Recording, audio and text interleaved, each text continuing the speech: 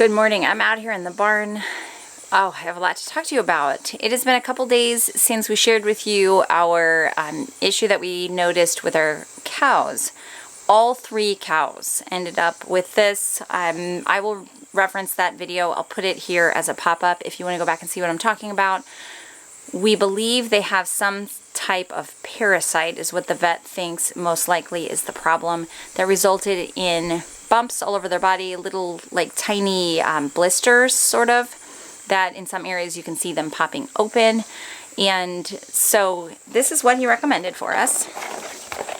Although he actually told us to get the injectable kind, but we couldn't get that at our local store. This is all they had. So whenever Jason ran there yesterday, he just went ahead and bought it. However, that's what I want to talk to you about today, is we are not going to use this right away.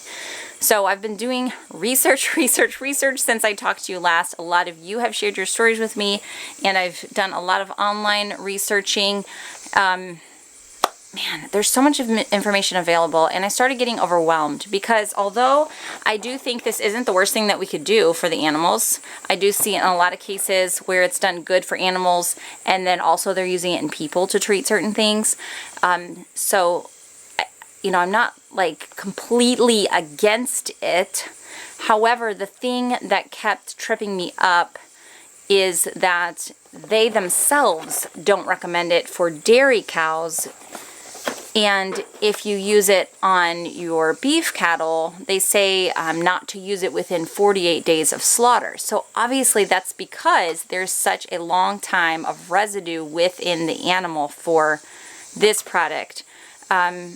Yeah, this is our dairy cow that we've been, you know, feeding organic feed and putting on an organic pasture. And so, whew, this would have to be a last resort for us. So that being said, we've done a lot of research, and this is what we're going to try out. And my camera is wanting to go in and out of focus here, so sorry about that.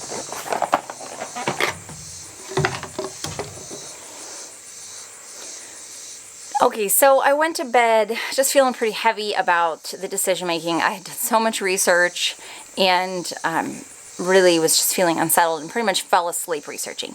So the next morning, I wake up and I'm sharing with Jason just about my frustration of, you know, I just don't know what to do. So he's like, hey, let's stop and pray together again. You know, God knows the answers, and let's see what he has for us. So we prayed, and the morning went on, started getting ready to go out and milk, all of that. And the thing, of course, that kept coming back in my mind was diatomaceous earth, because we have used that many times over the past years. We've used it on ourselves with intestinal things, you know, for humans can take it. We've used it like when our dog, even way back when we lived at the city house, he had fleas. I put it all over the house and on him, and we got rid of all these things naturally without needing any chemical intervention. Okay, so I was like, I'm going to do a little more research. And lo and behold, when I start researching, I start getting really excited, guys. Really excited. And so I'm going to start sharing with you just right now some of the notes I read. I think you might be moved to use this in your farms because it's pretty incredible beyond just parasites. So this is what I started reading. Diatomaceous earth, which is also called natural silica, for dairy farms and farming in general, has been extensively researched and documented, and shows that diatomaceous earth can have a significant positive impact on farming sustainability, animal health, pasture quality, yada, yada, yada. Okay, you ready for some of these things? I will link this article, which also gives the references of the different studies that they did. Okay, see, these are a few things that jumped out at me. It can help mastitis, scours, tumors, and cysts in dairy cows. This is specifically for cows, this article. Animals that are fed with this could have an up to 25% reduced feed ration and still have the same weight gain as the control group. Amazing, because it helps them to metabolize the minerals and increase the digestion of the protein that they are eating. So it's making their food work for them more. Wild. Okay, it says, although perfectly harmless to humans and animals, food-grade diatomaceous earth has these sharp edges. Okay, I knew all of this. It basically goes in and it like scratches the parasite or the worm or whatever it may be so that they dehydrate. However, it's not harmful to earthworms. So you still have those beneficial earthworms in the soil. Mind-blowing, mind-blowing. Now, here is what's awesome, because the vet was telling us that with all of these types of things, what they're finding is that the parasites are becoming immune to them, and they are just building up a natural resistance and becoming even stronger, so that these types of chemicals are having to get stronger. We've seen this, okay, this is something that I know with humans also, with all of the, anti-germ kind of things that we want to use. It just makes things get stronger, and then we have to get stronger, and then they have to get stronger, until we are just having to use chemicals that are way stronger than people used to use years ago. I'm sorry, I'm talking so fast. I'm really excited about this. So, the difference with using diatomaceous earth is that it is a mechanical solution. And by that, what they mean is that a chemical solution is something that is basically poisoning, right? A mechanical solution is killing that direct insect, and so it's not going to slowly start building up an immunity through the insect's generations, because it's a mechanical contact solution. So they can't develop resistance or immunity to it. What else? Control of flies, buffalo flies, ticks. This is amazing. So not only is it killing these bad bugs, but it's actually going to improve the pasture. If you spread diatomaceous earth on the pasture, it will not only help with soil and grass fertility, but will be an insecticide controlling pests on the soil like cutworm and armyworm. And it said that they found that they were able to reduce the amount of irrigation. I think it was by like 30%. That was another place in the article. That they were able to reduce their irrigation of their pastures because the diatomaceous earth made the plants, the grasses growing there, able to suck up and retain the moisture better. So they didn't have to irrigate as much. Isn't this incredible? So in one of the tests that they did did this for a year. They took 100 dairy cows and they fed them this for a year, and this was the result. Butter fat content in the milk rose from 503 pounds out of the total 100 cows to 513 pounds.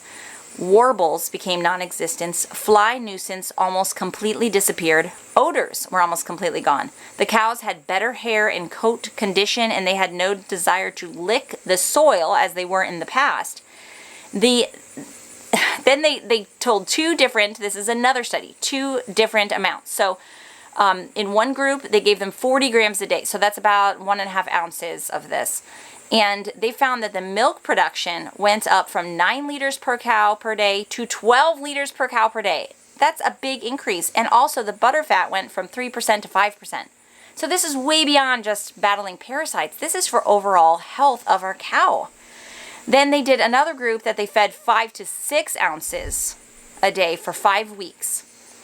In that group, butterfat went from 3.7 to 3.9, and the mastitis, which had been a severe problem with this group, came under control, and there were no new cases.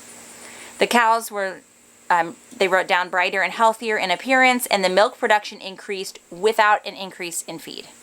Mind-blowing. So they were able to reduce their feed by 25% without a negative effect on these tested animals, because the diatomaceous earth was making better use of the feed that they were giving them in the animal. Also, no incidence of residue in the milk, which honestly humans, this is good for humans to take too. So even if there was, it wouldn't matter. However, no incidence of residue. So, wow. They said that you can dust it over the animal. This isn't something that you want to do daily because it can just be drying on their coat. However, in a severe situation like we have, we're going to do it more frequently. So the one person that I was reading about, just as a maintenance for all of their animals, because this is okay for chickens and dogs and, all of the animals on the farm, they just do it all over the coats of the animals once a month as a maintenance. We are going to do it every few days since we have an issue going on right now. It helps with ticks and any other, nasty bugs. Also, you need to make sure that you get food-grade diatomaceous earth.